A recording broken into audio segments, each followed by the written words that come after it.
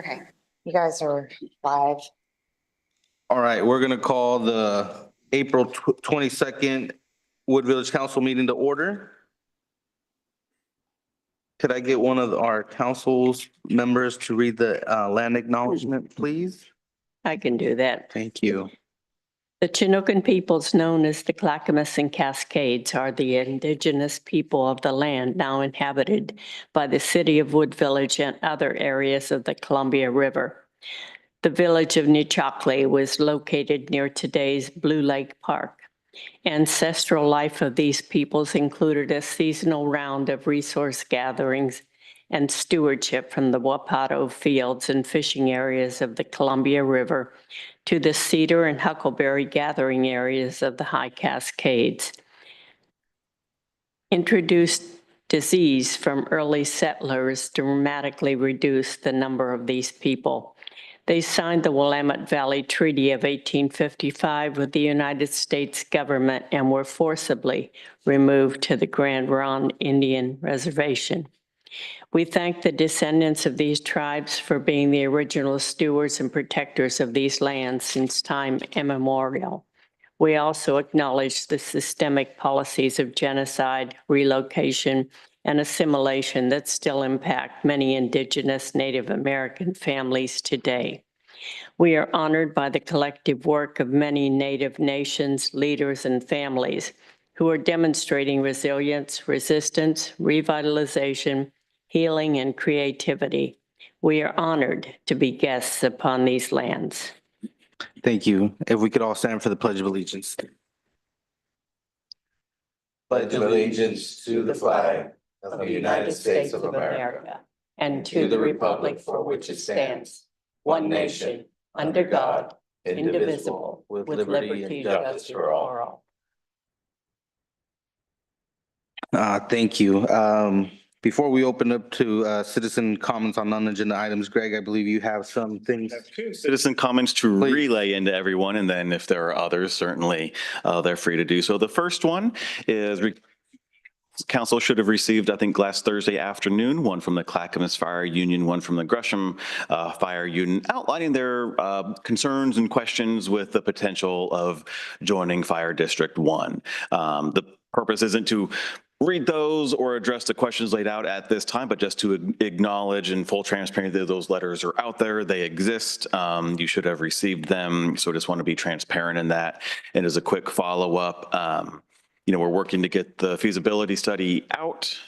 So that'll answer, I think, a number of questions to start with, but also the main focus has been on the extension with Gresham, which allows more time to have additional conversations and understand how do we finally solve this 30-year riddle of regional fire service. So that's been the main push, is getting that one-year extension with Gresham. We have a meeting with them tomorrow as part of the regularly scheduled Four Cities Fire User Board, but that's kind of been changed to let's get the extension ironed out. So hopefully that's at your next council meeting for adoption consideration. So that was the first comment. Second one is we've had a community member back in January ask for who's sight impaired, ask for an audio style crosswalk at 238th and Sandy Boulevard.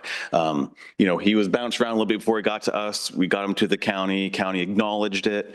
When he called the county to ask for follow-up recently, he was told, that's not their problem. That's a city concern. The city doesn't own or maintain Sandy Boulevard, 238th, or any traffic control devices. So we have written to Commissioner Vince Jones-Dixon and his team, as well as the county's DEI director, to say, please help us and please inform this gentleman what's the process needed to get the devices he needs to safely traverse around our community. So again, wanted to pass that along to you. So hopefully we elevated it appropriately and can get resolved. Thank you for that, Greg. Mm-hmm. Now we'll go ahead and other citizen comments. None from me. Okay. We'll go ahead and move to consent calendar. So there is a report in front of you that outlines the event from Saturday. I believe it was also emailed. So Councilor Clark, hopefully you had a chance to at least see the email, but essentially outlines the event summary, the budget. In short, obviously, I think it was well done. It was well received. Always some little tweaks and things to do, lessons learned. I think the biggest issue though was, we paid for traffic control management. We were not satisfied with their service or working with them on that. Otherwise, the event went really well, and happy to answer any questions or comments that anyone may have. Greg, I wasn't able to attend that, but just generally attendance wise? Yeah, I think we had price in the neighborhood. We had 400 goodie bags at the city table alone. Those went within the first hour. So we estimate probably 600 to 700 kids, figuring then they have parents and others. So I think we estimate around, call it 1,800 or so throughout the 3 hours of the event is kind of what we're ballparking. Well, Which is, I mean, it's still a very good turnout. well, for sure. For the first year of that, I had a very good turnout. We're a handful, a dozen or so that asked, is there a hunt or when does the hunt start? We answered that with, there's no hunt. This is a just more of a festival. While we had the question, no one seemed upset that there wasn't a hunt. So, Yeah, I showed up about a little after 12:30 because I had to pull a double shift at another event. But as I was showing up, it still seemed pretty full. And probably around that 1 hour, 1:15-ish, it started dying down. But I think it was, there was a lot of vendors, I think, which really helps the experience and a lot of activities. So I think staff did a really well job of planning that and executing it really well. So thank you to Caroline, who's really spearheaded that. she was event. quite instrumental. We also had really good feedback. We had a little engagement activity around the playground since we figured Parks wanted to hear from parents and kids for the playground structure replacement in a few years. So the first question Parks really wanted was, how big a structure? So you either keep the current structure and the same set of swings, or if you consolidated swings, you could have a larger structure. So we posed that question, and it was pretty resounding. Everyone would prefer to consolidate swings and have a bigger structure. So we'll take that information forward and continue the process. But people, I mean, parents and kids were talking about it, and a lot of people just thanked us for asking them, what they would want in terms of playground features. So not the end of that discussion, but it was a great next step in that discussion. I think it's wonderful that it happened as well as it did, and I apologize. I think this is the first year I've not attended. I just wasn't up to the task to being able to attend. So I do apologize for that, but I know you all will forgive me for that. Well, and there was a really good article in the Outlook, so with some pictures and things. So if anyone missed it, you can check it out there. Awesome. Thank you, Greg. Now we'll go ahead and move to discussion on pop-up farm stand.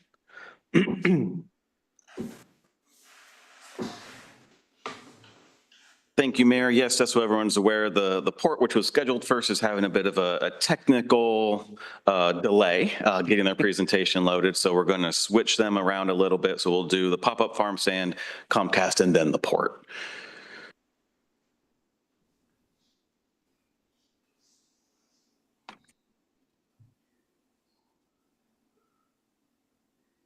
So my hope was that we'd have some, and we thought we'd have some people from Outgrowing Hunger here to answer more questions about it, provide additional details.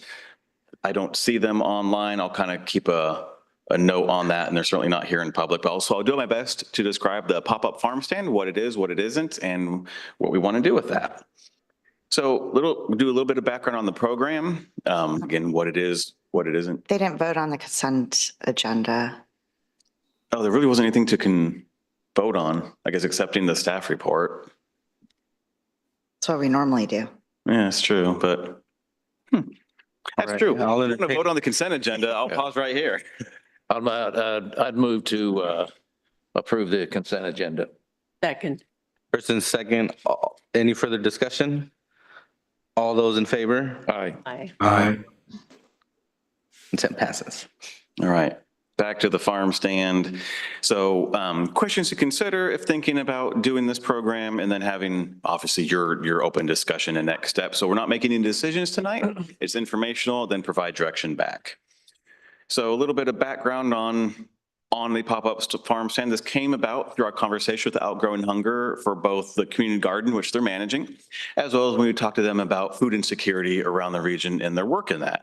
And they mentioned that they have a program called a pop-up farm stand, and it works. So Outgrowing Hunger has its own farm. It also has a network of local farmers, and these pop-up farm stands go around to set places around the region, mostly food deserts and that type, selling local produce, typically one day a week or so. This is a photo from the Adventist one. I've actually seen that one in person. Didn't know it was through this program. I thought it was just kind of neat. But essentially, again, it's local farmers or the Outgrowing Hunger farm selling stuff that's in season. So it's a handful of tables, 1 or 2 tables, maybe a pop-up, maybe not. The 50-acre farm that Outgrowing Hunger owns is in Troutdale. There's also a farmer here that lives in Wood Village, and then another one who is actually at the Easter event on Saturday. So Outgrowing Hunger then connects with either their own team or other responsible farmers and partners to sell in-season items at select locations one day a week. So example, the one at Adventist is Wednesdays from 4 to 7, kind of June to September. So this would be something similar to that if you so choose to want to move forward with it. It would be out in the plaza area. In initial discussions with them, we thought we'd try to link up with maybe when Play East is having, games or activities at the park, just so there's already some audience here. But really the idea is to address food insecurity and food deserts. Now, we're fortunate we're not really in a food desert, and what a food desert is areas of the community that don't have essentially grocery stores. So there may be convenience stores or that type, but not large grocery stores with available produce and otherwise. So really good addressing food deserts and also the food insecurity. What it's not a farmer's market. It is a singular table or 2 tables selling select produce at that time. So there's not the multiple farmers, there's not crafts, there's not other stuff. It's not a Saturday market, farmer's market. It's literally just a pop-up stand for a few hours, one day a week. So in thinking about this and what you may want to do moving forward, it's like, well, selling items in the park, that is allowed under the municipal code. It does have to go through council approval though, and understanding, what the vendor's selling, why they're selling it, and essentially what city goals and objectives does that meet or match? Because that then leads into, if we allow Outgrowing Hunger this, what if others come say, well, I make and sell t-shirts, I make and sell widgets, I've got my own farm. So you'd have to, think about that. If others approach us, how do we handle that? And again, what's the issue we're trying to address here? Is it just more access to local produce? Is it more micro entrepreneurial enterprising and economic development through local farmers? A little bit of everything. So that's kind of what we can talk about if you want to move forward with it. So generally, that's the quick gist. I'm just going to see if anyone from Outgrowing Hunger may have popped on. They did not. So I'm going to be a little more limited in my, knowledge of specifics to the program, but that's the general idea of the program and what questions may help try to answer. We'll open up for questions. Councilor Mark, do you have any questions? No, I do not. Sounds really good. I have just to follow up, as you were talking about, is it for, fledgling businesses and people trying to start a business? There also could be people that are bringing their home baked goods and want to set up stands. So I think that's an important thing for us to think about. What is really the purpose? I certainly support getting farm produce, fruits to people that are accessible to folks. And I'm pleased that they've approached us so we can think this through a little bit. I don't get it. If they're selling them, how is it different than a farmer's market? Because it's only one person So either we'd have, in talking with Outgrowing Hunger, and it may bounce between the two. So there's two farmers he was thinking about. One's the local that lives in Wood Village. The other one was at the event on Saturday. So it'd only be those two. So there's accountability that they're there. Again, if approved, as I say, it's Thursdays from 4 to 7, that one of them will be there every Thursday during the season, 4 to 7. So people know they can count on it. If they're coming to buy produce, it's there. It's not multiple sellers selling things. It's a selected farmer through Outgrowing Hunger's network and program. But bringing a variety of, Variety of produce. okay, and that's but all coming with from one seller. The organization. Correct. Either it's Farmers. direct farm or it's partner growers farms. And so this is the one in Adventist. I think that's probably, it looks like zucchini. There's a bunch of leafy greens. I'm sure Yeah. Councilor Smith can point to everything, what that is. It's green vegetable matter. Can tell you like it. So would it be like, and then that would be, it would say, Outgrowing Hunger representative, or would it? Typically, I think, I mean, I'm trying to remember, I think this tablecloth actually said Outgrowing Hunger on it. I think another one might have had like a farm name. Yeah, I'm on just it. trying to distinguish it between that and a farmer's market. Yeah, it's just, this is essentially it. This was one table of the produce for sale. So I think that would be something, because I think that would, again, the question's going to be asked from other people growing things. Can Where I can I buy sell? stuff here? Mhm. Yeah. Question for me is, these individuals, are they required to have a business license, and would we require that? I think, because I've had many people come to me and say, can we sell things? Obviously, if we look at today's an example, you know, there's field's probably full of kids. Ice cream practicing truck probably is soccer. rolling through or Ice cream truck will. comes by, but then there's other folks that say, well, you know, we have a mom that, you know, wants to sell some type of food, and it's just like, well. Or we've had the juice people Exactly. here and there. And I say, well, I think that's a little bit, there's got to be more work done, because we have to ensure safety. So food handlers card, like pre-made food, are you making food on site? You have to be safe there, you know, fire marshal. And so there's a lot of components. And I think with the produce, it is a little simpler, because there's no really making anything. It's just selling the actual item. But it gets to the difference, you know, okay, we're allowing that organization to sell in the park. There's other people who sell other produce. It's like, well, where can I sell my produce? And if you're allowing them to sell in your park, why can't I sell in the park? And that's a harder question to answer. Yeah, I'd be interested in knowing if they have produce around Troutdale and Gresham markets, if they're competitive in their prices. My general understanding is you know, most items are under $5 for a bushel, or No, not a whole bushel, not a but bushel, No, like a bunch? a bunch. Bunch. Greens or otherwise. A bushel. I knew it wasn't a bushel, but Oh, your a mom bunch. should be so embarrassed. Yeah, well, And I think, you know, from my perspective, there's benefit to partnering with an organization that is established. Because, you know, with them, we can require certain things that they have, those folks that partner with them. And so at the same time, as we are, if we decide to roll this program out and we come to find out there's a huge interest from our community from additional farmers or folks selling it, maybe we can connect them with this partner that we are partnering with to help do the oversight and eliminate having our staff having to manage it. And I think we Yeah, could look at it that just way as one well. distinguishing feature, Outgrowing Hunger is a registered nonprofit, and they, you know, have their mission and their board of directors that this is about feeding people and, you know, farming and entrepreneurial endeavors. That is a distinguishing factor from an individual saying, I want to sell widgets or whatever produce that I'm bringing in from an outside area.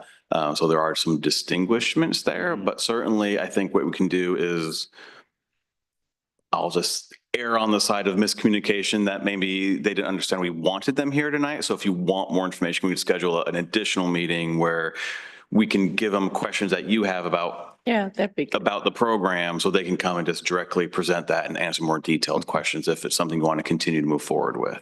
Yeah, it's, again, and I think that one of the questions that I think we would obviously get that we've already brought up here is if our goal is to get food, fresh produce to people, and somebody comes and wants to sell fresh tomatoes, and we say no, that's going to be a hard, so we got to think through that pretty thoroughly. Like tomatoes, don't you? Well, has dealt with maybe that we're in growing hand. bananas.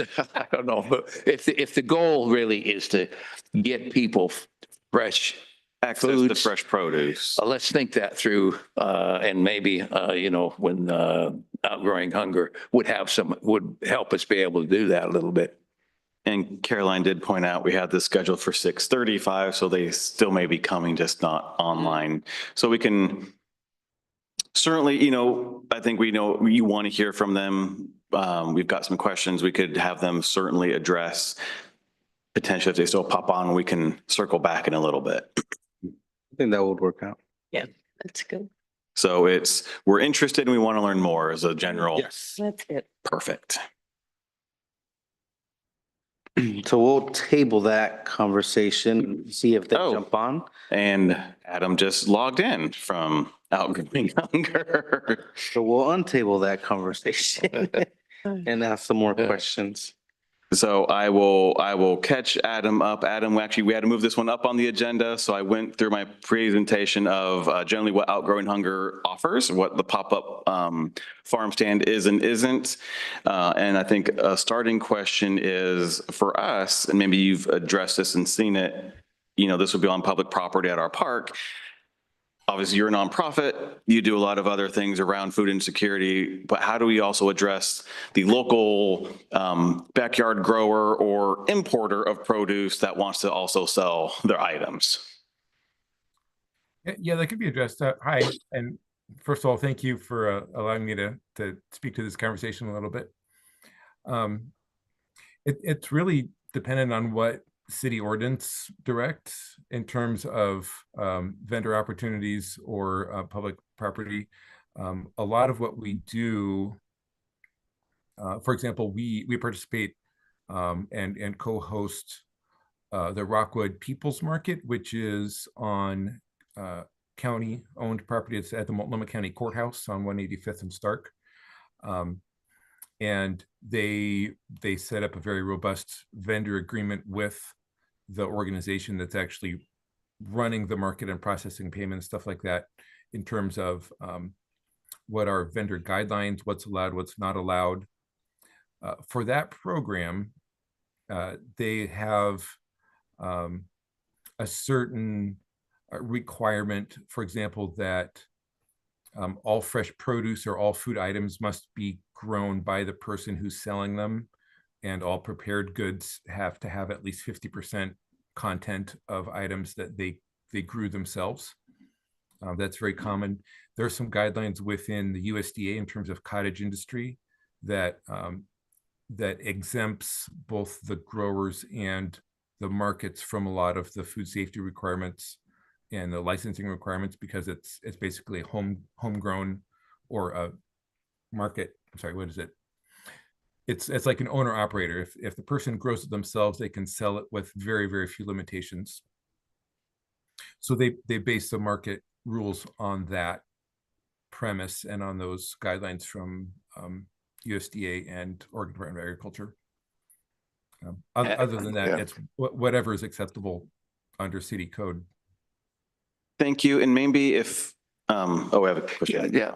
Adam, thanks for that explanation. Let me just follow up on it.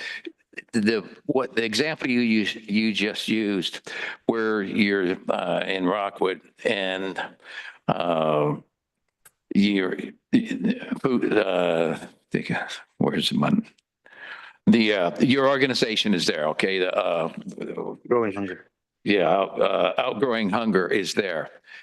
Did you say that there are other people within, that you're aware of with this vendor agreement, that a person that's growing their own cucumbers, tomatoes, then as long as they're growing it themselves, they're right next to you, or they're with you on that day? Yeah, the way that works is that everybody, so let me give you another example with Portland Farmers Market. They operate the Lentz International Farmers Market, which is located on public property down like 92nd and Foster area. So they have two different formats. One is a vendor has to be vetted, have their own insurance, and they sign up for their own booth, your basic farmer's market booth. The other thing that people can do is, as an individual, you can bring something that you grew yourself and stand at the community table without registering and just sell it there. But they have really strict limitations. You can only do like 3 items, and you can only be there 3 times out of the course of the year. I'm not necessarily proposing that Wood Village do something like that. I would personally, I'm more comfortable with only allowing a registered and insured business to be a vendor and not necessarily include anybody else. So that we would know intimately who is going to be there. And if somebody is interested, then there's a vetting processes they need to go through before they would be able to vend at the market. So not a swap meet, definitely a registered vendor type of situation. Does that clarify at all? Yeah, it does. So you would, you don't, well, I mean, I don't know how to say this, but without sounding like I'm not supportive of this, but is it that you don't want a competitor, or you don't want just somebody else selling things because it it takes away from what you're trying to do and accomplish with your mission? No, not at all. In fact, I'm very, very supportive of people trying to make some money selling stuff. What it is kind of this concept of healthy boundaries. As a farmer, we say good fences make good neighbors, and so you want to really clearly establish boundaries of what is the program, what's acceptable. Well, that's Because there have been examples of this kind of market situation basically devolving into people using their SNAP benefits, going to a grocery store, grabbing a bunch of carrots and selling them at the table.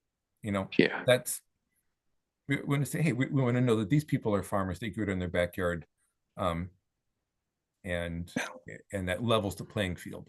Okay, yeah, I get it, and I think that we can, Greg. Well, I think what might help is, and I apologize because I rushed to it, didn't want to reiterate everything. In the presentation, I talked about what the pop-up, farm table is and what it isn't. We've talked about then the larger market settings. Can you give the 2-minute elevator pitch of the pop-up farm stand? And this is the photo I used from Adventist. That essentially is like a table or two, and kind of how that program's works and how it may turn into maybe more of a marketplace, but certainly focus on just the pop-up farm stand program itself. Yeah, definitely. The pop-up farm stand that we do with Adventist Hospital, we work with 2 farmers who are registered members of our program. And so they're in our program for business support as well as providing food to the community. And what we do there is we bring everything. We bring the tables, the tents, the produce, the POS system. And Adventist provides us a place, and they do some outreach on our behalf to the community. And then we just go and we set up shop. People come and buy stuff. And the way that works is the lead farmer, Maxi Hernandez with MR Farms, She runs all of the sales through our organizational POS system. And then the cash is distributed out to the farmers according to what they've sold. Because there's a couple of farmers that come in there, but it's all run through one POS system. So essentially, we'd be contracted with Outgrowing Hunger, which has its contracts with the farmers, and that could be the distinguishing factor of if the city want to explore this and put together a more formal program of who can sell stuff in the park, it could, nonprofit focused on local produce, et cetera, that then essentially fits broader goals while also the program that you offer. Yeah, that's and- what I was putting down there, grown by the person. They have to grow it. Don't go to from buying stuff and bringing it. What you registered with Outgrowing Hunger, and whatever else some of those pieces might be that are successful at the other locations that's occurring.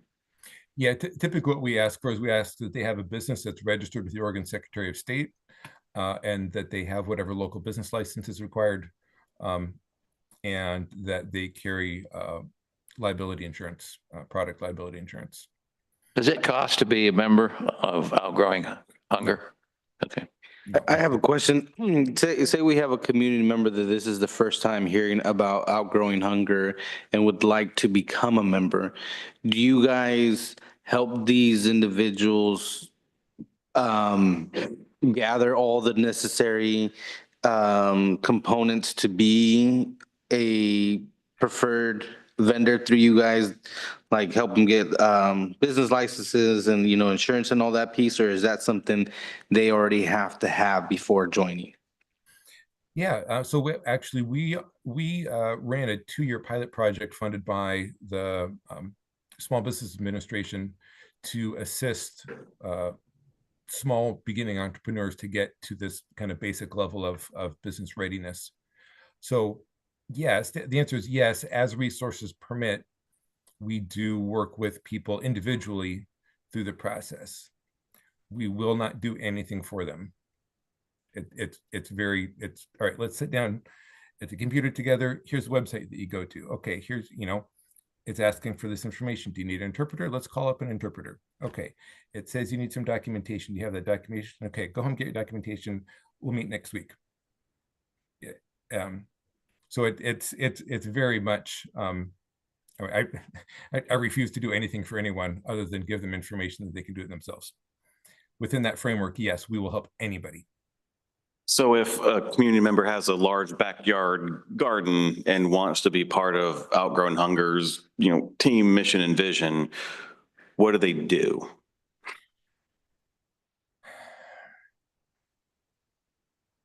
Probably the best format for welcoming new people into that is through our monthly East County Business Bridge meetings, which is hosted by Rockwood CEC down at 185th and Burnside, third Thursday of the month, every month. And that's where we do a lot of this entry kind of overview kind of stuff of business orientation and basic business skills. So there's an open invitation to people to come and participate in that. For the most part, our participants have come to us as people looking for land or gardens. That's where most of our engagement is. But we definitely work with some folks just strictly on business development stuff. So if we move forward with a pop-up farm stand, what information could we have at that table just about Outgrowing Hunger itself? Do you have typically literature or other information, or is it just kind of the farmer brings the produce and the sales system and sells a bunch of? I would have to update my literature. I don't mind doing that. I have not updated my literature since before the pandemic, when we really started doing this kind of stuff. To be honest, in the past, I've not publicized our program very much, and it's very much been word of mouth. And I'm definitely comfortable developing some new materials. I would be excited to grow this type of program. We just haven't had very many opportunities or invitations to do it yet. Any other questions, comments by council? All right, So it great. sounds like maybe put together skeleton pieces of what a program could look like that opens up selling stuff in the park that could work with what Outgrowing Hunger does, but also anyone else would fit those criteria and could have the same opportunity. Am I reading that correctly? Yeah, I do want to just reinforce if we can bundle an opportunity for somebody to, some entrepreneurship with this, I think it's be a fantastic opportunity for somebody to start learning about how do you get a business going? And as the mayor asked the particular questions, I think that would be really it could be a pretty powerful Maybe adding, so opportunity. if there's the pop-up farm, I'll call it tables, there's also the community tables. If it falls within, A, B, C, and D, and E, they can come potentially. Is at least put that as part of the framework of a program together. I think so. I think also maybe something we could do or I could do is I know Mount Hood has a small business program and they've been very interested in growing those programs as well. And so maybe this can be a great partnership between both of them because again, they have the means to Elevate. really help that aspect of ensuring folks are prepared for opportunities of this nature. So. Great. We'll start putting something together. Probably still connect with Adam as we're doing it to, borrow from what has worked and lessons learned. Bring that back to a future meeting. Great. Thank you. All right. Thank you, Adam. All right, thanks for your time. Thank you. All right, we'll go ahead and move to Resolution 9, 2025, Comcast franchise renewal. All right. Thank you very much, Mayor and Council. This is bringing it back from your last council meeting where we held a work session on the update to the Comcast franchise agreement. So I'm not going to reiterate everything that we shared during the work session, but certainly hit some of the highlights for those who maybe just be tuning in or just as a nice refresher. So again, what is a franchise agreement? Basically, it's a legal contract between jurisdictions, in this case, a cable provider, Comcast, allows them to operate in the right of way based on certain terms and conditions. This franchise agreement is a 10-year agreement, and it has the franchise fee as well as what's called the PEG fee, public education government fees. Other terms condition as negotiated, in this case, it was Mount Hood Cable Regulatory Commission on behalf of the partner jurisdictions, which includes Wood Village, Fairview, Troutdale, Gresham, Portland, and unincorporated Multnomah County. So they were the lead agency in negotiating the renewal with Comcast. So again, highlighting what the process was, again, started in 2020. Now a lot of stuff went down in 2020, so it's understandable there'd be some delays or word change in staff at Portland and otherwise. But I think it's fair to say this was much too long a process that had less than optimal parts through it. Ultimately, it did go to a vote of the MHRC board, which is a member representation of each jurisdiction.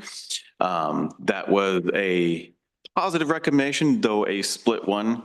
And now each jurisdiction has the opportunity to either adopt it or decide to negotiate on its own. And as stated last time, if cities decide to negotiate on its own, we are responsible for any kind of legal fees, appeal fees, any kind of fees that may result in going outside what was recommended by the Cable Regulatory Commission. So again, some highlights or some may call it lowlights, depending on your point of view. I'm not here to judge, but basically the PEG fee, it wasn't increased, but with the INET removal, some call it a decrease. Again, the PEG specifically, that's the public education government.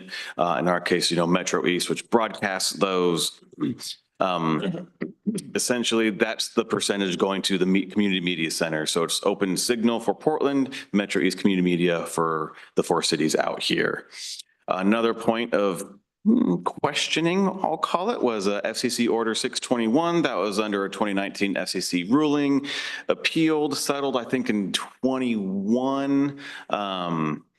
And it's basically cable providers can recover marginal costs to have the PEG fees and PEG channels and support that whole network. So the marginal cost to provide that can be offset by the fees towards it.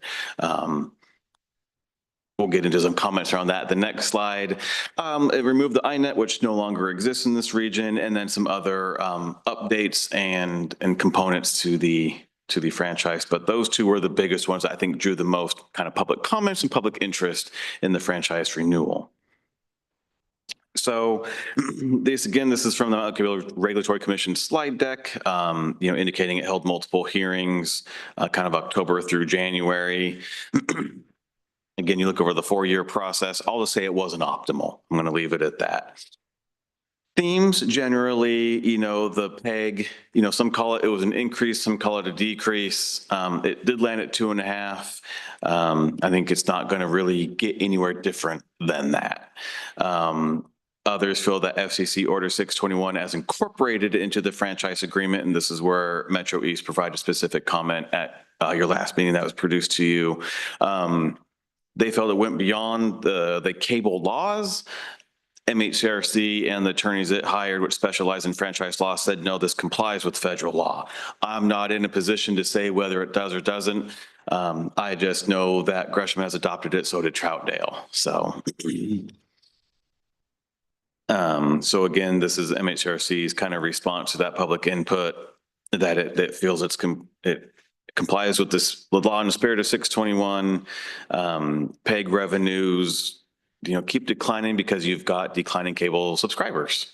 So MHC asserts that it's reviewed by specialized legal counsel, complies with federal state law. So it is technically good to go. So when it came to a vote from the MHRC board, it was a 4-2 split vote to adopt it. And as we stated last time, Wood Village and Fairview voted no. In talking about that, and we do have our representative here this evening, it was not fully a symbolic vote in terms of a commentary on the process and corporate share stakeholder valuism, if that's a word I'll create, and the lessening of the public benefits by corporations in general, not picking on Comcast specifically, but this happened to be a Comcast issue. So, but Gresham and Troutdale did adopt the franchise agreement, and as already previously stated, if we were to choose to do something different, which we are free and able to, the whole entire cost burden, including potential lawsuits or litigation, falls upon the city. Brought this up at the last meeting that regardless of the Comcast franchise, there are two outstanding questions that need to be addressed. One is the future of MHRC and the future of Metro East. Essentially, what can their future be with the declining cable subscribers and revenues? What does that mean for the cities? What does it mean for those organizations? I think a lot of our work with Metro East, including Play East work with Metro East, we realize it's more than just public broadcasting, for public access and whatnot. It's a technology center. And what is its future? If we look at it as a technology center, what's its future given a world with declining cable revenues, and what's our role in that process? In terms of the MHCRC, it's hard to substantiate a large organization or an organization built around cable when cable's declining. So future conversations that need to be had, regardless of whether we approve or otherwise edit the Comcast agreement, so we can't forget those components. Pause here for questions. We do have representatives here from Comcast, our Mountain Cable Regulatory board member, and from Metro East itself, if you want to entertain comments or questions from them directly.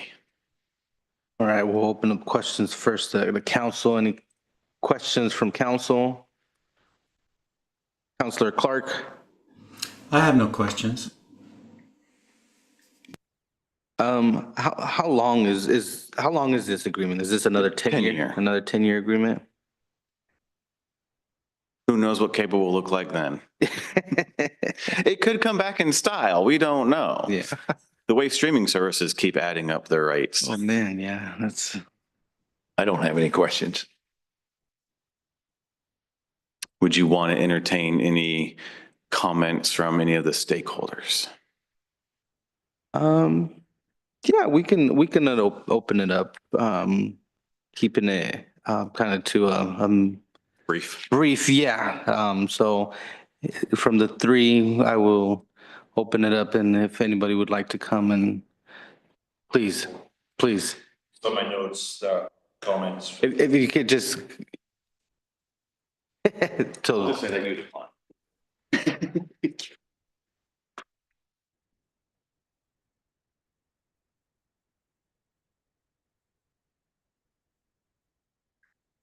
Mayor and council, my name is Scott Harden, and as you know, I am the city's representative on the Mount Hood Cable Regulatory Commission.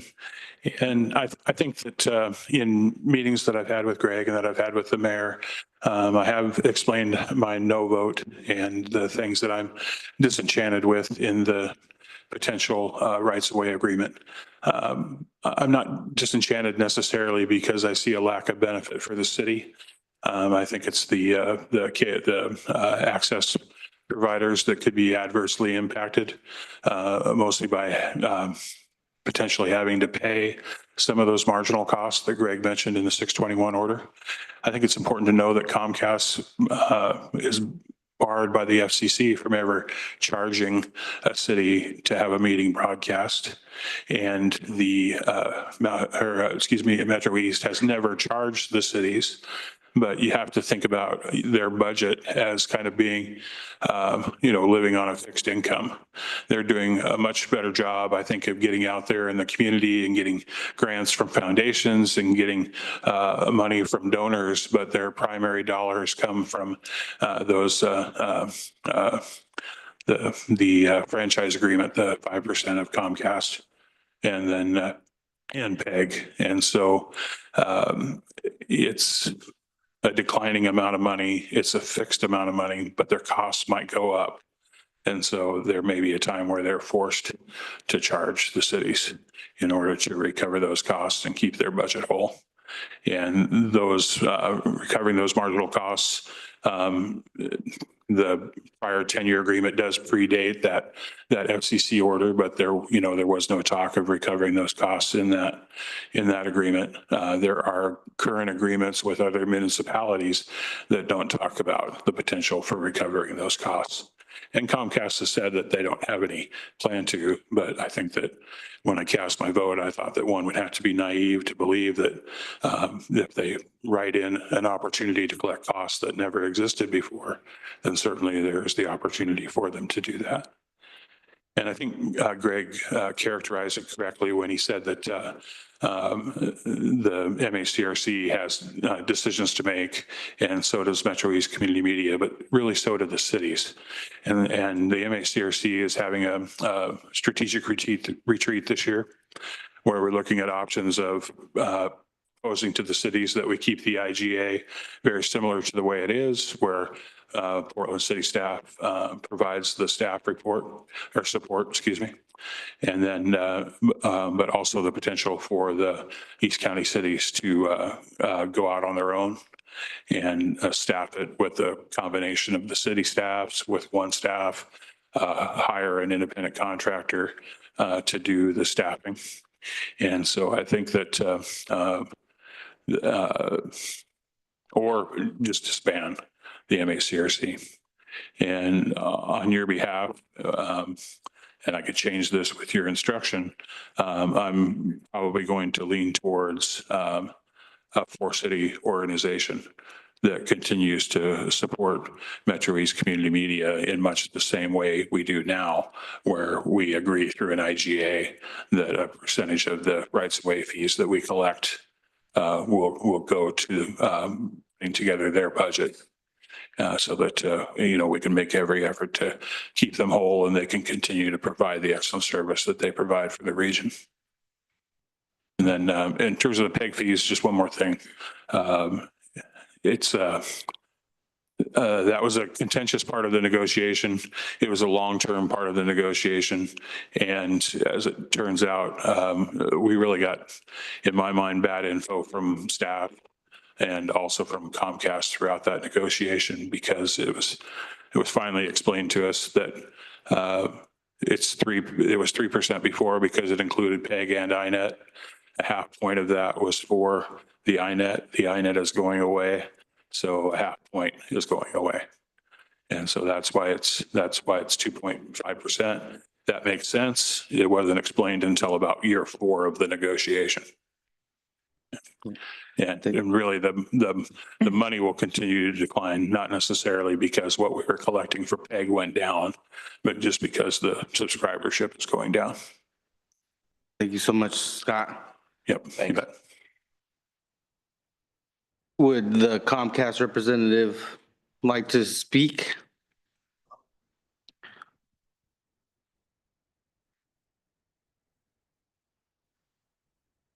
Good evening, Mayor and council members.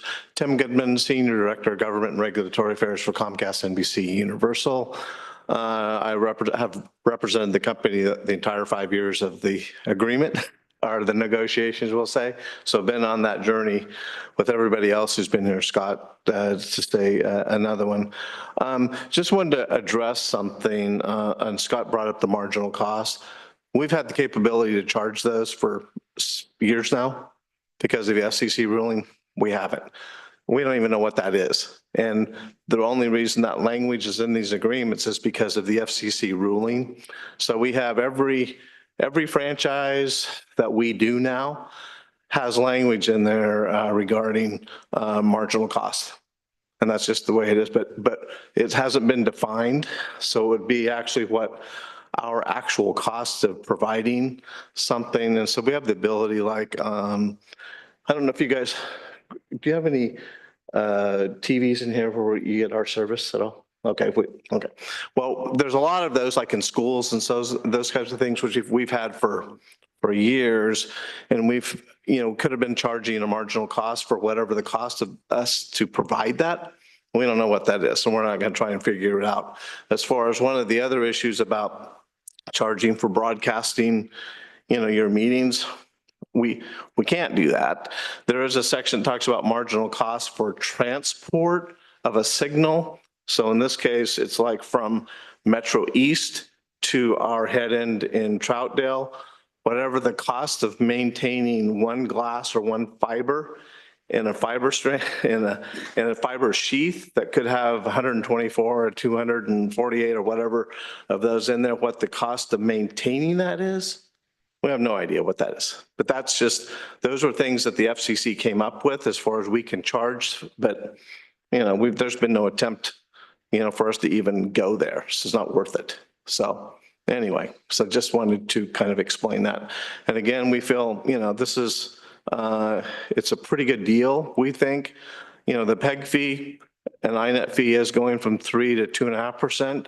The way it's in the current agreement, it's 1% was the INET, 2% for PEG and other activities of the jurisdictions that make up this.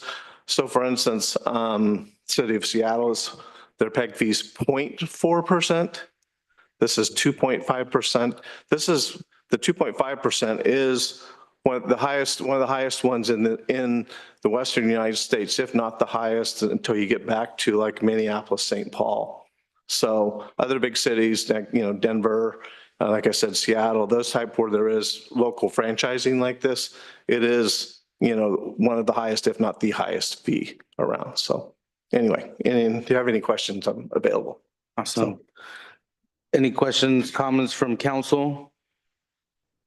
No questions for me. No questions. Then no questions. I would entertain a motion or go. Do one Yes. closing statement, if I may. And again, just wanted to note, and I don't know the specific program and its mechanisms, but if you've heard about the Free Geek program, getting devices out to the community and doing training, Comcast is part of that project. Again, I don't know the mechanisms, and I think, coming out of this, we need an updated franchise agreement. We also need to leverage those opportunities with our existing partners like Metro East. And it's not just to our communities, but I've done work with my fellow city managers in explaining that Metro East is more than just broadcasting your council meetings or the school board meetings. It's a technology center. And what does that mean in that context? So how can we make sure it's still relevant and healthy and a benefit to our community? So just wanted to end it more of on a positive note. I'll just quickly add also Scott mentioned that there is and Greg mentioned there's a separate discussion, what do we do with the MHCRC and how, does Metro East fit within our regional conversation on digital opportunities. And I can speak to it myself that we partner with them during the summer and have been an amazing partnership. But as we spoke, those are kind of two separate conversations here. So. Well, and just to follow, and again, I appreciate Scott's, I guess, candidness in talking about what Metro East and Mount Hood Cable Regulatory in a retreat is beginning, you called it a strategic retreat, I think, to just begin thinking through that so we can continue to give services here to our East County residents. So I'm sure we'll have another conversation here down the road. Now I will open it up and entertain a motion. I move to approve Resolution 9-2025, renewing the Comcast cable franchise agreement as recommended by the MHCRC. We have a first. Is there a second? I'll second it. All those in favor? Bye. Aye. Thank you very much. Going to need to do a quick pause to load up the port's presentation, assuming it was, yep. So give me a 2 minutes to get that up on this screen. Awesome. We will take a short 2-minute break.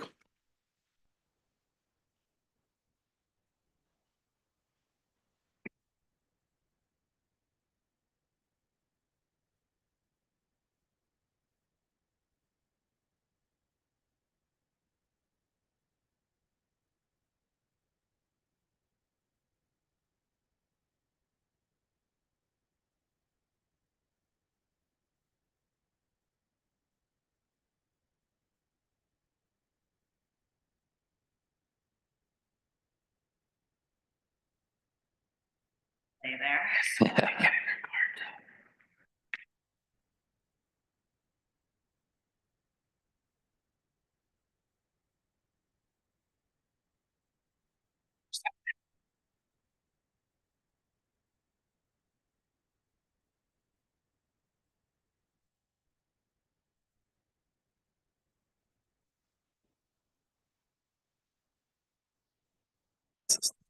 Oh, okay.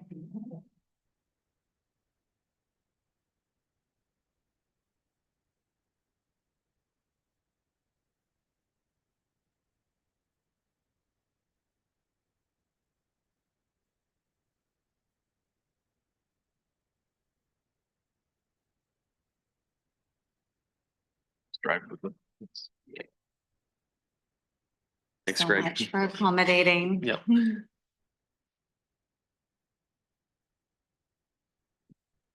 We're back at it and we will proceed with presentation from the Port of Portland. All right. Thank you, Mayor and council members. My name is Emily Bauer. I'm the Senior Manager with the Development and Properties team. I'm here with my colleague, and I'll let him. Good evening, everyone. Chris Damgan with also Business Development and Properties team, the Development Manager at the Port. Right, well, we're really excited about this opportunity because we think it's a significant milestone of completion for a part of this project. I was unable to be with you on our last update, and I know my colleague has given you an overview of the good work that both your staff and your community has been participating in. So our goal today is to just give you a brief update where we're at and where we're headed, and then answer any questions. So we really hope that this is a dialogue if you have any outstanding questions. So for the Port of Portland, I think you know who we are, but just to kind of level set kind of what our breadth and reach is. We do operate 3 airports and 3 marine terminals. We manage the Columbia River dredging and 6 business parks. 2 of those business parks are within the East Multnomah County area, which is the Troutdale Reynolds Industrial Park and the Gresham Vista Business Park, in very close proximity to the city of Wood Village. Go ahead. So when I think about our East County story, you might wonder, why are we focused? Why is the port focused on this particular geographic area? Well, we have quite a history, right? We've, our first entry point to East Multnomah County is in the 1940s, when we had a natural intersection with acquiring the Troutdale Airport and really thinking about aerospace and aviation industry and how this airport can help support that. If we think about the sort of second iteration of the port's commitment and economic impact in this area, it's really the two business parks that I previously mentioned. And not only being able to realize thousands of jobs in the area, but also our environmental stewardship and commitment to ensuring that we can increase our job opportunities by bringing on viable industrial land. And then right now in this kind of third iteration or third chapter of how we think about the port is really focusing on people, right? We really want to understand, what does it take to have a quality job, not just bringing in the businesses here, but really what are the necessary amenities and support services that those community members and businesses need to live and thrive in this area. So not just about projects, right? We're also really focused on the people place and how they access those jobs. So we'll move to the next one.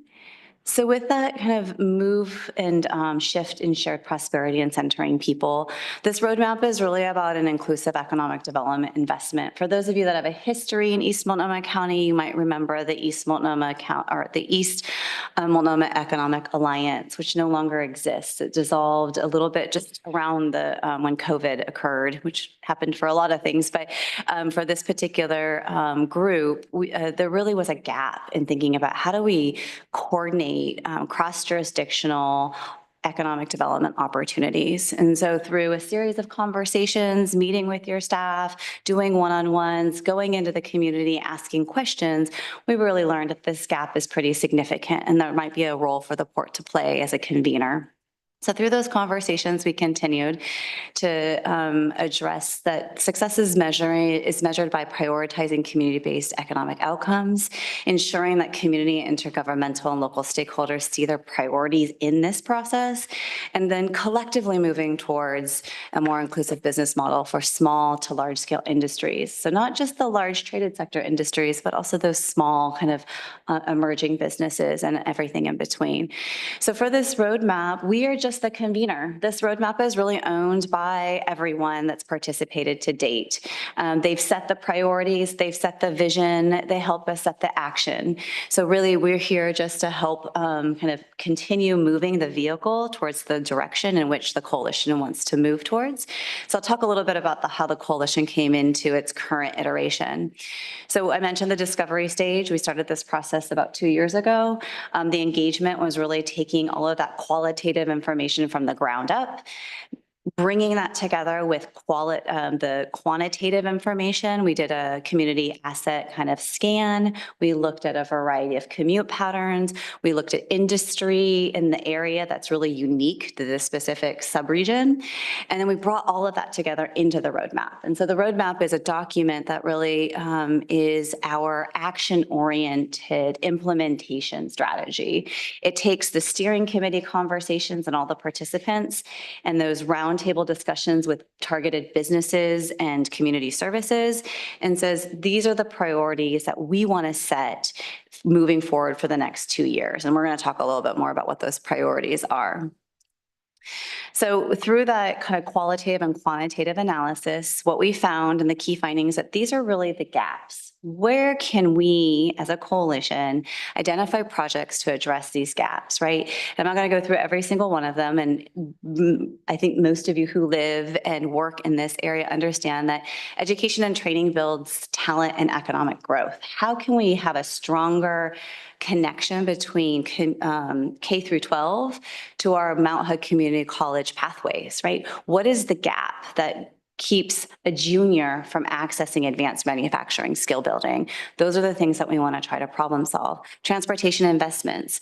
Transportation investments are cross-jurisdictional, right? We have Imaktuk, but there's other ways that we can think about bus route service, ways that we can improve getting folks not just to grocery stores, but to their jobs.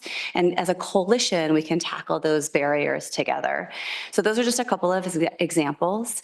When we move into the next slide, So this is really the vision. This is what grounds the work that the coalition does, and I won't read it to you, but I think what the takeaway is that we have a lot of our own unique assets in this subregion that are different from other areas of the state. And we need to really leverage those assets and our collective power to be able to bring the types of economic change that we want to see in our community. So this really is our guiding light in who we're talking to and how we're making these decisions around these priority projects. And with that, I'm going to go ahead and hand it over to my colleague to kind of finish us out on those priority projects. Yeah, and oops, let me get the mic a little closer. So as you can see, I mean, as we're here, the EMC Coalition, and by the way, very much kudos to Greg from the get-go, has been involved in these conversations. And Councilor Minor, when you were mayor, you were there, and Mayor Rios Campos, you've been as well supportive of these efforts. It really takes the collective to have a cohesive vision, like looking not just at public sector and local jurisdictional governments, we're also expanding that tent to include our partners in the community-based organizations, including the folks you see on the left, trade and sector industry, particularly at the semiconductor level. And then also some unique partnerships with community foundations like OCF and Craft 3, and really considering other potential funding vehicles to help support, because you folks know, and we know, there's only so much resources out there financially, and that gets constrained every day. Are there opportunities to be really focused as far as when we're identifying projects and priorities that we can really try to pursue funding support, which is always one of the biggest questions that we have when we're trying to advance projects.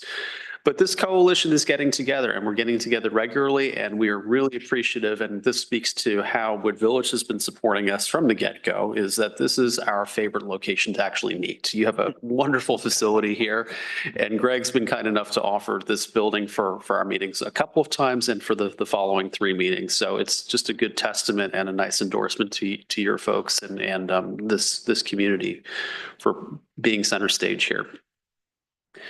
And so when I last checked in with you, we had started to identify what those 3 priority projects are. And again, that is not to say that there are not other sites in East County that are important. We know, obviously, and you folks know especially, you have some very compelling sites as well.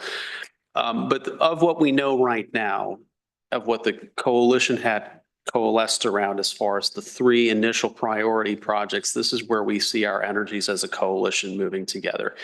And you know, even though, again, geographically, we're not in the city of Wood Village, there is a property there at Gresham Vista, Lot 11, right across the street from Wood Village Town Center, where Fred Meyer is, that is exceptionally compelling for us. And we really would value your continued participation and consideration as far as what could occur on that property.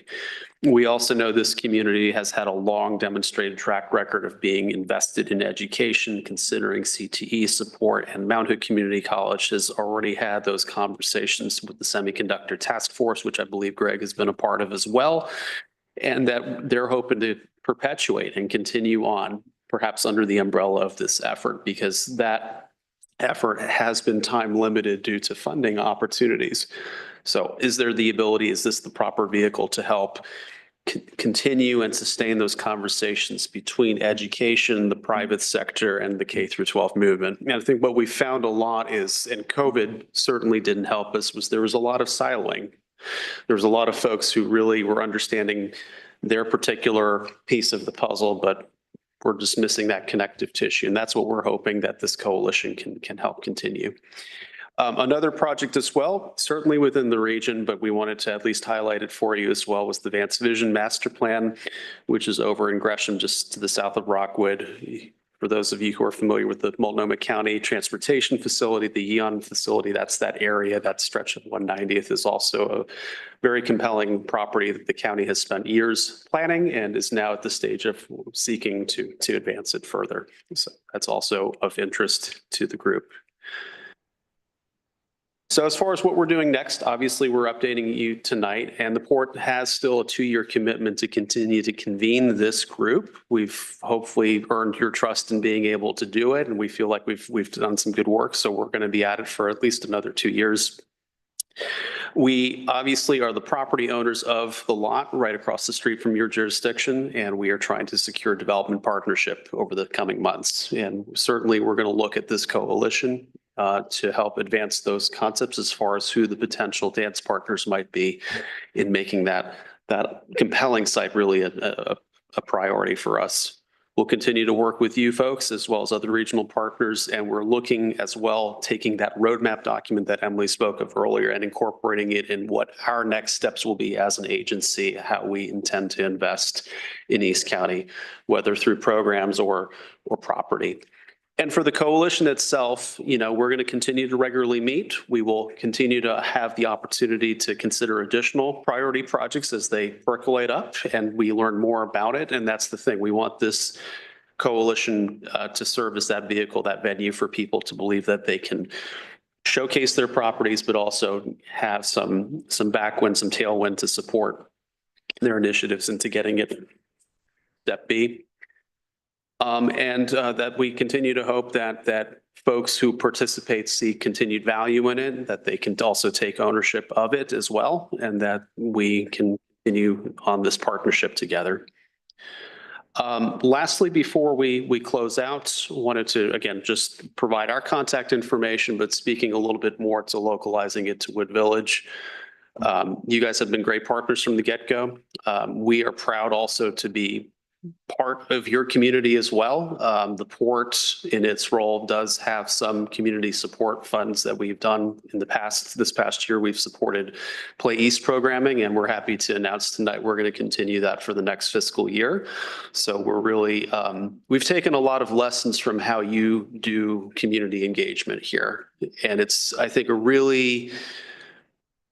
you guys, it's almost second nature, but it's not how business typically gets done. And this building, your programming, your community outreach is actually quite a good model for what we're trying to incorporate with our efforts at convening. So just wanted to end on that to let you all know that you are very inspirational and leaders in that field.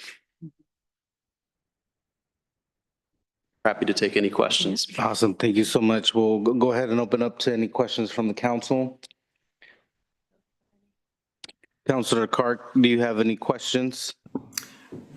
No, but I have some ideas and I'll pass them on to Greg at the appropriate time. How about that? That sounds wonderful. Just at this point, the 7 acres. Yep.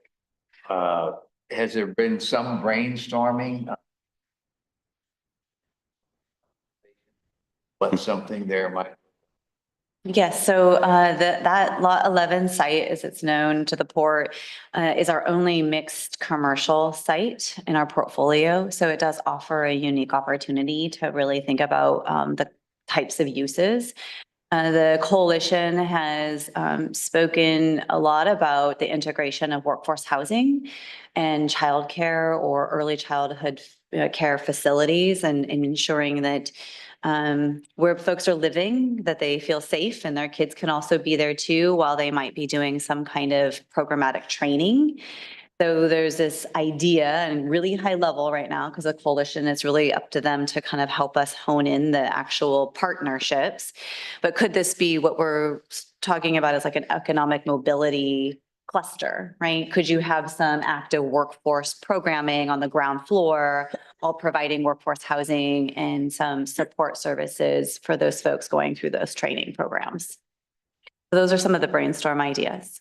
I could add to that also like incubator style development there. So either small entrepreneurial kind of workshops or shared workspace has been, adding to that general concept of, workforce incubator or workforce hub.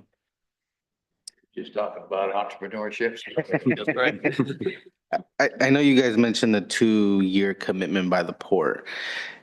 Is that kind of your time frame of a hope to come out with a concept with this Lot 11?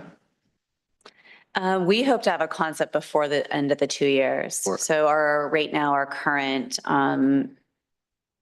task deliverable related to Lot 11 would be, we would have something to the coalition midsummer to review and to advise on that particular solicitation, whatever that might look like.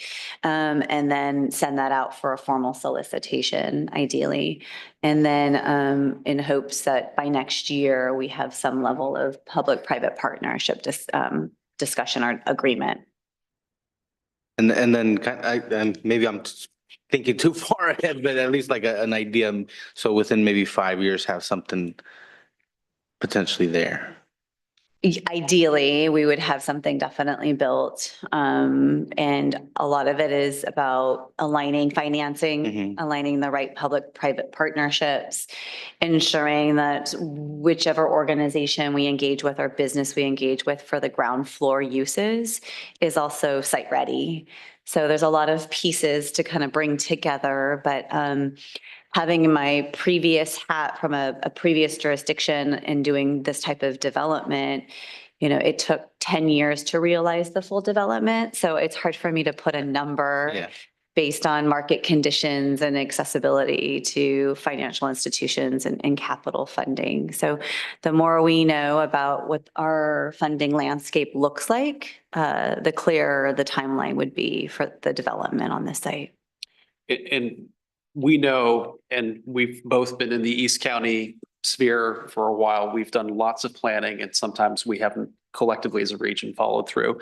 And we're really trying to address that here with this phase of coalition work, is using that roadmap and actually getting to these action steps. So these next couple of coalition meetings are precisely what Emily's saying, is getting something in front of the coalition, getting that critical feedback, taking it to partners, financial institutions, prospective developers to advance that ball.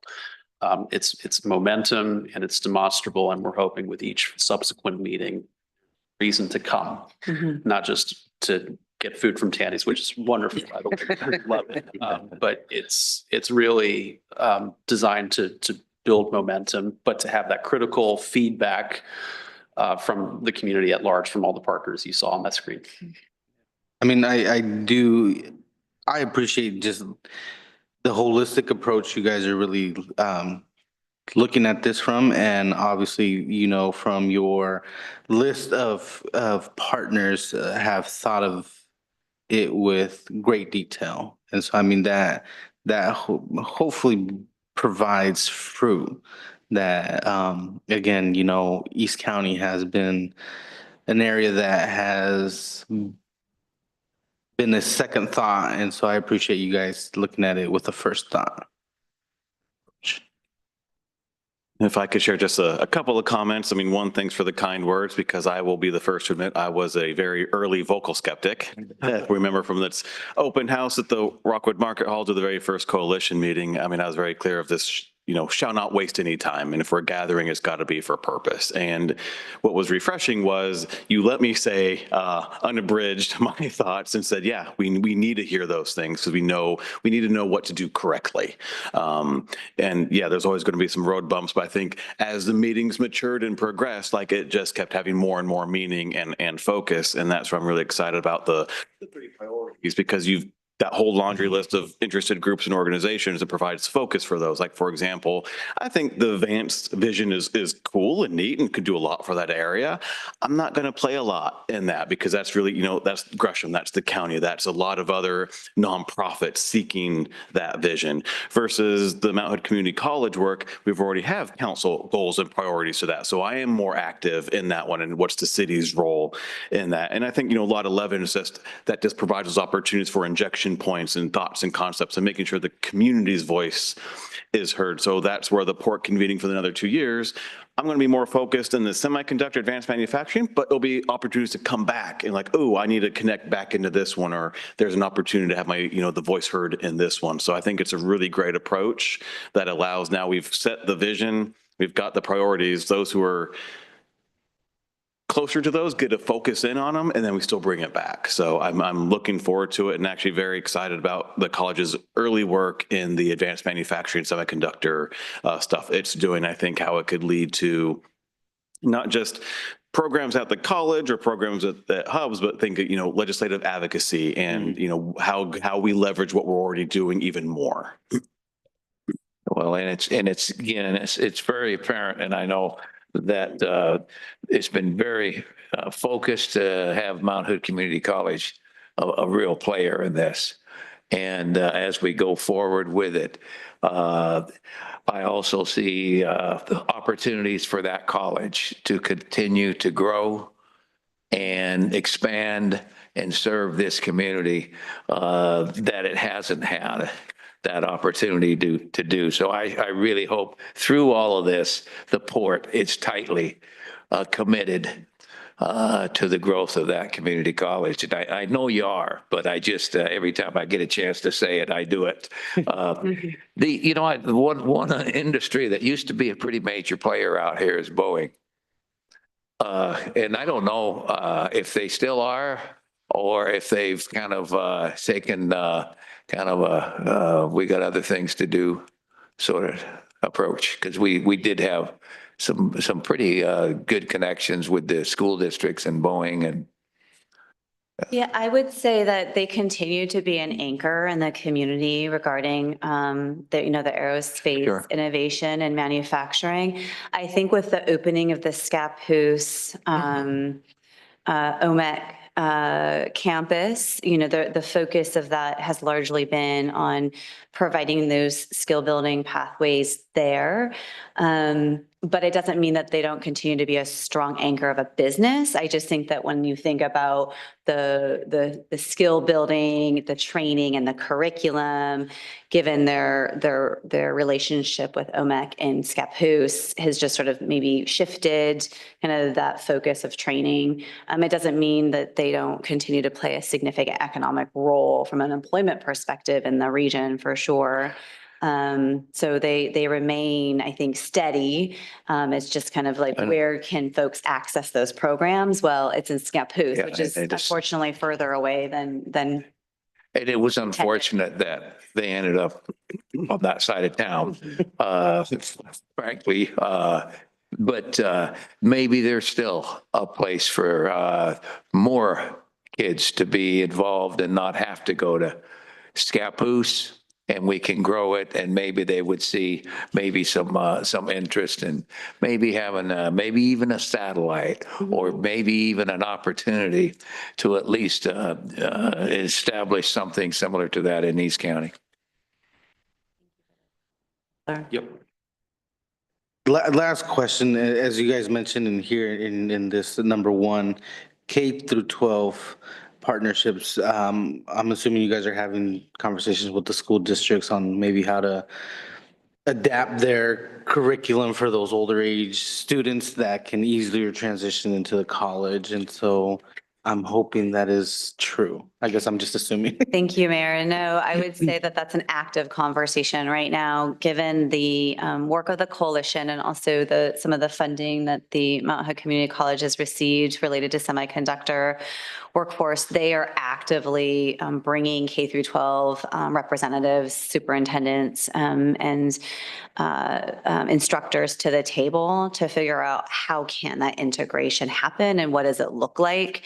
I think what they're doing is a larger regional scan to see where it's been successful, and then ways that they can adapt, say like the Quick Start program that Intel has been doing in Washington County. It's a 2-week program, right? It gives them hands-on experience. It gets them immediate access to the employer after they're done. How might that then look for a senior or a junior in our K through 12 education system?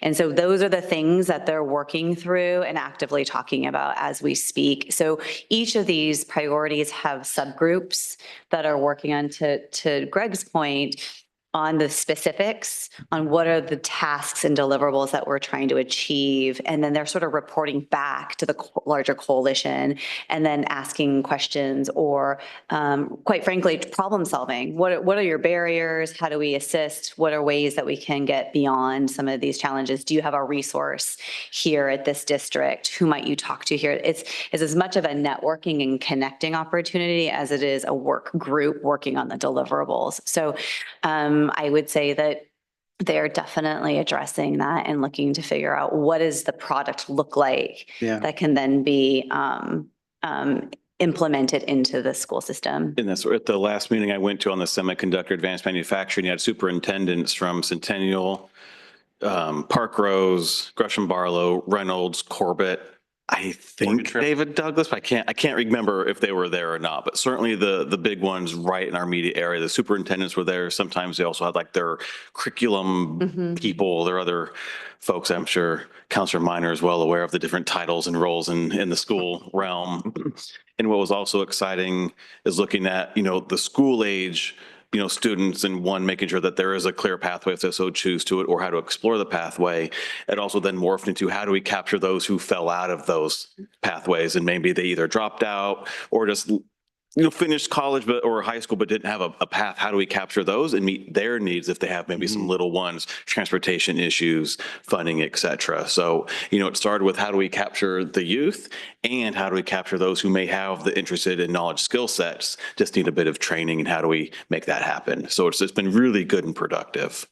And I think that is a key factor because we have, as a city, we have a scholarship program and we've adapted it to also now include not only recent high school graduates, but those kind of afterwards that had to kind of hit life running and now have a place to kind of think about and pivot in a time in their life where now they're seeking some type of formal education. And so I think that is huge and important as well to keep in mind. So I appreciate that thought. Well, we'd be happy to report back on our progress and making sure, as you know, Greg is very involved in ways that we can assist. There are many projects on the list. When you look at the roadmap, these are just 3 of them. And we will confirm, what does success look like for the coalition? Are there other projects that need to be brought and elevated? Are there ways that we can tie in other projects that might be meaningful to different cities in our requests if they're aligned with some of the priorities that were identified? So it's a really exciting time. I think it's a necessary time to build this kind of momentum and effort with our communities. So we really appreciate your time and allowing us to come back and share our thoughts, and definitely let us know if there's some ideas, it sounds like, from one of the counselors. So please let us know how we can address those comments. And then lastly, there's an open house coming up. Was it June? June 2nd. Right. So we'll be sending out an invitation for that as well, to really talk through much of this, but also an opportunity to bring all of our participants, those that have engaged in both the steering committee as well as electeds, to really hear about the great work that we've all been doing collectively. Well, thank you all for your work. Yeah. Any Yeah. last comments? Yeah, just, it's exciting. It takes momentum and it takes persistence and all of those things to keep this moving. So keep up the good work, and I'm excited for the future generations. That's for sure. If we can get something going here with the port that's sustainable and continues to grow. All right. Awesome. Well, thank you for your Thank you. time. Thank you. All right, now we'll go ahead and move to resolution 10-2025, the Donald Robertson Park restroom. Yeah, a presentation I don't want to make because we've got some change orders that, and we'll walk through the hows and the whys.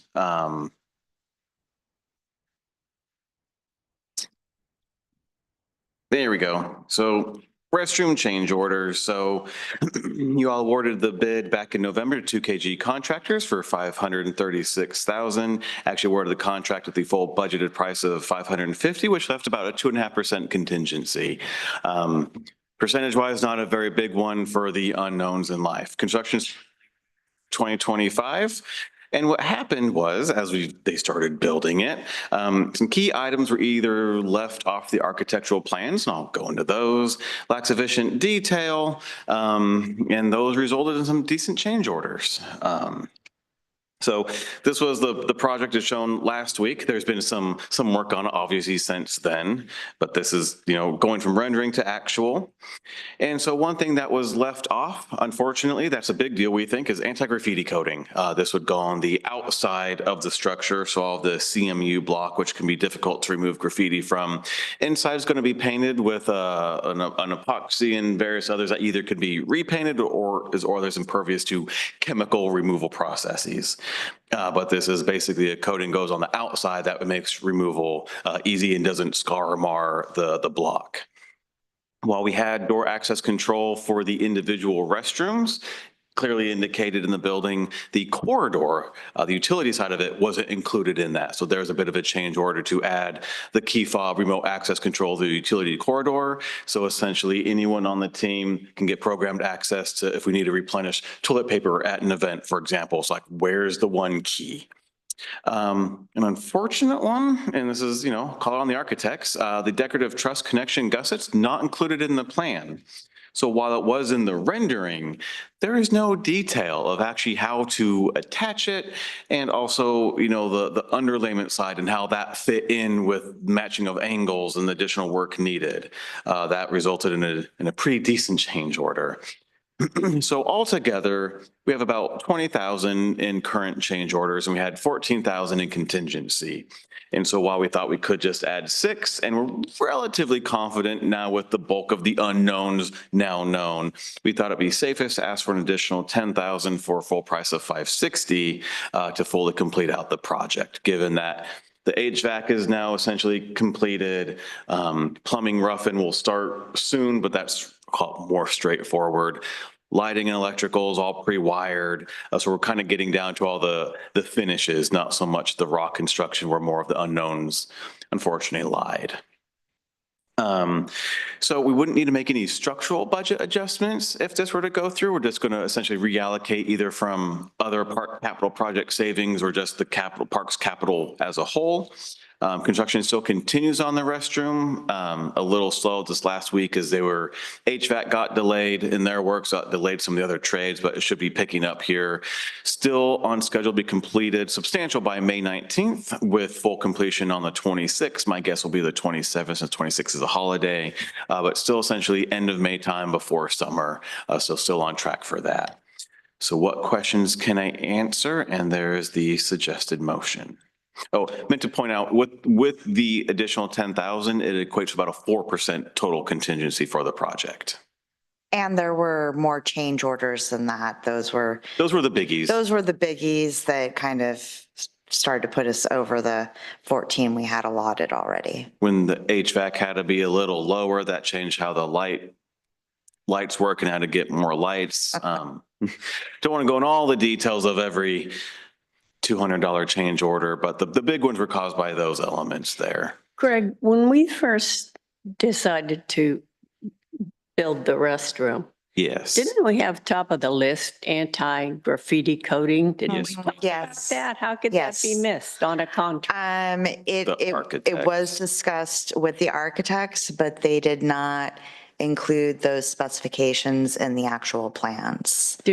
Are we ever going to use these people again? Because No. my vote would be no.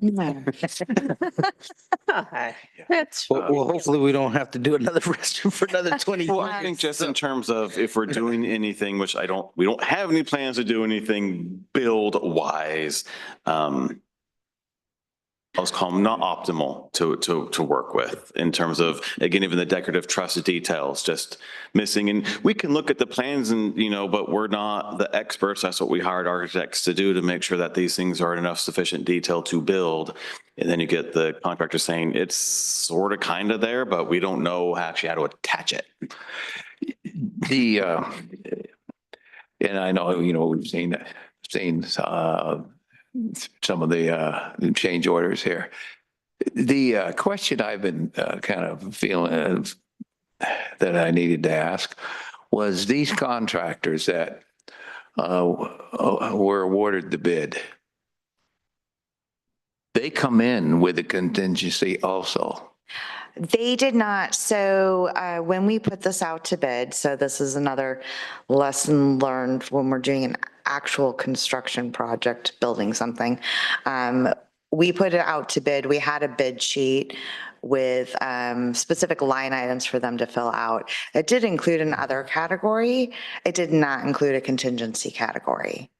Okay. So there was no pre-built-in contingency for this project. And we also know they have their general terms and conditions, I think is the blanket line item that's short for profit or long for profit. When we've brought up some of what we thought were, I almost call them petty, but I can't think of a different word. Questionable change orders. They also talked about stuff that they didn't change order that they clearly had to do. So it's been a reasonable mix and match of. In typically when you're building, right, you would have more like a 5 to 10% contingency built into the process. And we're not used to doing actual building projects. So, so we didn't have that in there. Yeah, and I know you're a project foreman out there. And No more building projects. We are not And I doing think- anything else. they do, every one of them that bid this, they have a contingency. Had we had hired a project engineer, it would have cost more than $10,000. So we, Yes. as a city staff, when we're not, if we did this for a living, we would have probably saved that amount of money and we would have ended up spending it anyway. So I think we're getting a really good deal for $10,000. I mean, it would Yeah. have saved Becky's sanity though, hiring out a project Yes. lead.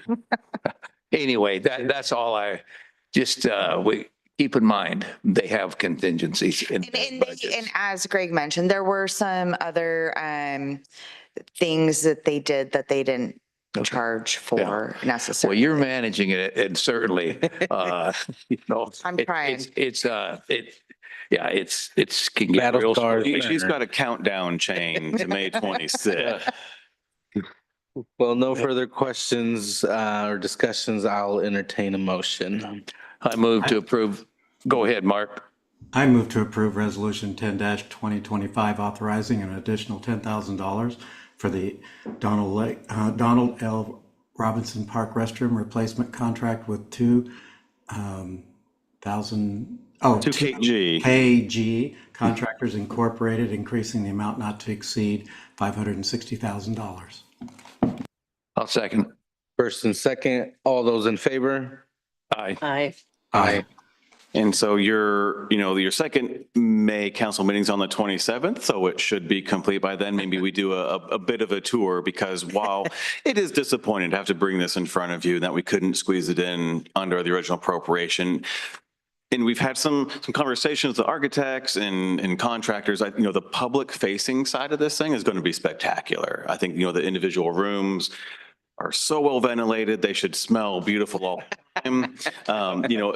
That site security for the automatic locks, the lighting, just the guest experience, I think will be really, really, really good. And I think this hits a lot of our goals and the Parks Commission goals in what we were expecting. So do it once, do it right. And, when people ask at the Easter event, what's going on, and we explained the new approach to the restrooms, a lot of, the families were very happy to hear that, they can just send either their little one in or go in if, they need to change and help their little one go in. That's no longer, which one do I go in and that whole mess. So a lot of excitement towards the new restrooms. Great. Well, Yeah. it'll be a really nice addition there. Yes. Now we'll move to Director of Public Works reports.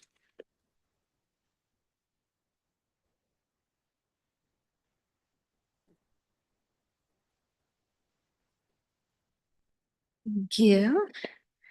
Mayor, councilors, we'll make it quick. So this last month, we started on the community garden that you guys can see a lot of progress on. These pictures are kind of beginning before we had the nice fence up. Next month, we'll have a lot more beautiful pictures on the slide because it's coming along. The big project that we completed last month was the sewer CCTV project. So that is fully wrapped up, and now we can get all of our lists together of projects this summer that we'll be working on. Continue to work on potholes on Halsey. Probably will for a while. Hopefully county will have some plans this summer to come out with that, but we don't have any firm dates on that. And then there was a water service line repair, which I know we've talked about with our leak. We do not have numbers yet. We are very curious, just as you guys are. Yesterday was meter readings, so, and then our SCADA data is about a week. We have to wait a week before we can even pull any of that. So next month we will have hopefully a nice number. But this next picture, you can actually see what Levitt worked on. Down here on the right side is just the tiny little service line that went to a house on Walnut. And then the picture on the left is actually the water that was spewing from that. So this last month, we had 16 permits issued, 40 inspections, 31 code compliance. Again, we just talked about the restroom project. That's still underway. Chick-fil-A is still underway. We have a lot of remodels around town. And then Fish Forever Aquatics is actually very close to opening. So should be soon. Last month, we did have a 17.3% water loss, but again, hopefully next month we'll have some better numbers. So that's what we have. Any questions?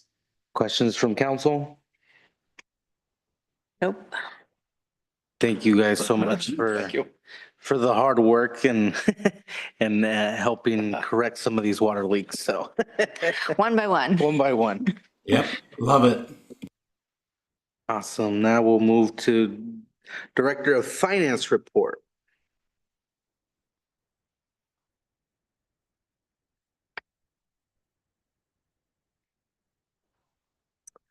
Mr. Mayor, councilors, included in your packet is the finance director's report through March.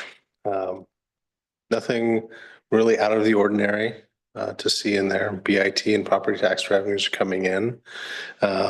We're almost rapidly approaching the end of the fiscal year. Our utility funds have been doing well. We're working on wrapping up budget, trying to get that out the door. And then on the first visit from our auditors is going to be the first week of June. So staff's very excited to transition immediately from the last week of May, wrapping up the budget, getting it adopted by council, and then transitioning directly into audit season. So that's it for my report. I'm available for any questions you might have. Questions from council? None. No? Thank you once more. Thank you. Thanks, Seth. All That's right. good. City manager report. I will also keep it brief and just say it's been all fire all the time since that Three Cities meeting. So that really stirred some stuff up, which actually, honestly, it's a good thing. You know, we've talked since SAFER about the need to all of us to get together and solve this problem. Finally, this got everyone talking a lot. I'm looking forward to getting an extension with Gresham. So then maybe we could all just take a moment, breathe, finish up some reports that we have, and develop a schedule for meetings, and then work it. But certainly there's a lot of other projects, tasks, and priorities going on that also need attention. So again, the last several weeks, all fire all the time, and looking forward to hopefully refining that path forward in a way that's a little less chaotic. I'd love to say that, April meeting month is almost over. We do have the meeting on May 1st with the Grand Run, talking with Stacia, trying to finalize the agenda. It does sound like, call it a 10 o'clock start time at their cultural center. And walking through that, then having a tour of one of their newer projects. I suggested the Child Care Center, because that matches with, some initiatives and things we'd like to do around here, followed by then, a lunch and general discussion. So hopefully get that agenda out soon, and then, arrange carpools as necessary. As a reminder for those that are able to attend, if you've received necklaces in the past, please remember to bring and wear those.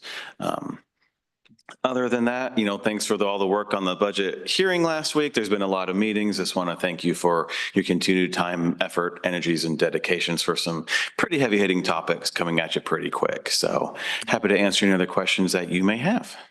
I just want to mention that, Greg talked about having a lot of fire discussions. The amount of time Greg has spent these last 2.5 weeks after our 3-city meeting, talking with individuals and organizations about fire, I just can't express, the leadership he's taken in spearheading this for not only us, but the 3 cities along. And so as they have other things that they are focused on, Greg has really taken the helm on this and has represented Wood Village and East, and I will say the East County through 4 cities in a manner that I think has never been seen. And so I think we are in uncharted territories, but we are very grateful to have Greg at the helm. So thank you. I am grateful for the team that's here because they got to deal with my tears and yelling and crying and everything else. But it's been great just having the team to bounce ideas off of, run other numbers, or just otherwise pat my head and say it's okay. And then Seth has also played an instrumental role in the financial components to this and helping others come to a better understanding of what we've had to, I guess, endure the last 2 years. Well, I was going to say, for the first time ever, someone took up on, City Hall After Dark with Seth. We'll be presenting to the Fairview City Council at a May work session for the longer presentation on the issues of compression and taxation and things. So they liked the trailer and they want the full movie. Good. There isn't any question that we wouldn't be where we're at right now with this discussion if it wasn't started with the leadership in Wood Village. So it is, there isn't any doubt that we wouldn't be here if it hasn't been for the work coming out of this city. So we're not done. I think we're just getting started. Yeah, and it is just getting started. But take a deep breath after we get the signature for the year, for the extension for the year. But it is hard work, and and remember, Greg, your annual eval coming up. Eval, but we purposely, no, my point is that we all recognize this was going to be a lot of work. And so you remember that when there may be something that is not getting quite done, hey, it's about fire. Well, that's right. I did have to miss the last Mount Hood meeting on the semiconductor and advanced manufacturing because I was putting together press releases and other communications. I'm like, I can't attend. I'm working on fire. Like, it's on fire right now. Yeah.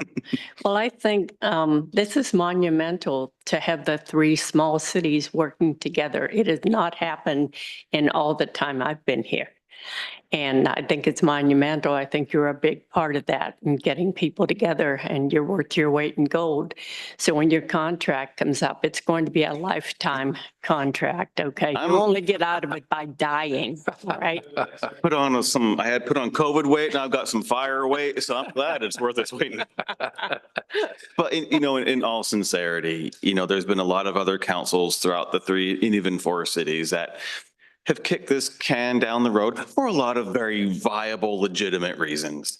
I think optimistically, this could go really well and we're all stronger together and it's a net positive. I like to believe we'll get there. It also may have some difficult conversations to be had that puts people in some awkward spots and difficult truths. And, just thank you for being willing to have those and work through those, because it's not easy to ask in one's community, hey, we're going to need more funding. That's, we've been able to not do that for essentially 30 years. And, the offers of paying marginal or average cost for fire is gone. And now we have to pay the true costs.